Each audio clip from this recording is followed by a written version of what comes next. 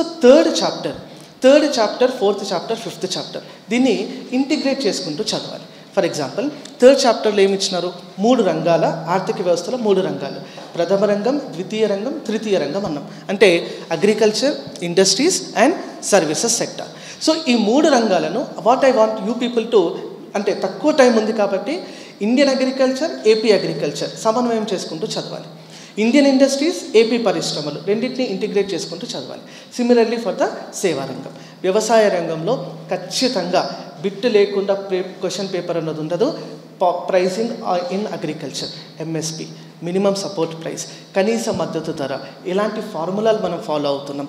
A2 అంటే ఏంటి, A2+FL అంటే ఏంటి, C2 అంటే ఏంటి, MS స్వామినాథన్ ఏం చెప్పినాడు, ప్రస్తుతం CACP ఏ విధానాన్ని పాటిస్తుంది, మినిస్ట్రీ ఆఫ్ అగ్రికల్చర్కి ఈ MSP పైన పడేటటువంటి భారం ఏంటి, ఇది ఖచ్చితంగా ఒక బిట్ వస్తుంది, రాసి పెట్టుకోండి.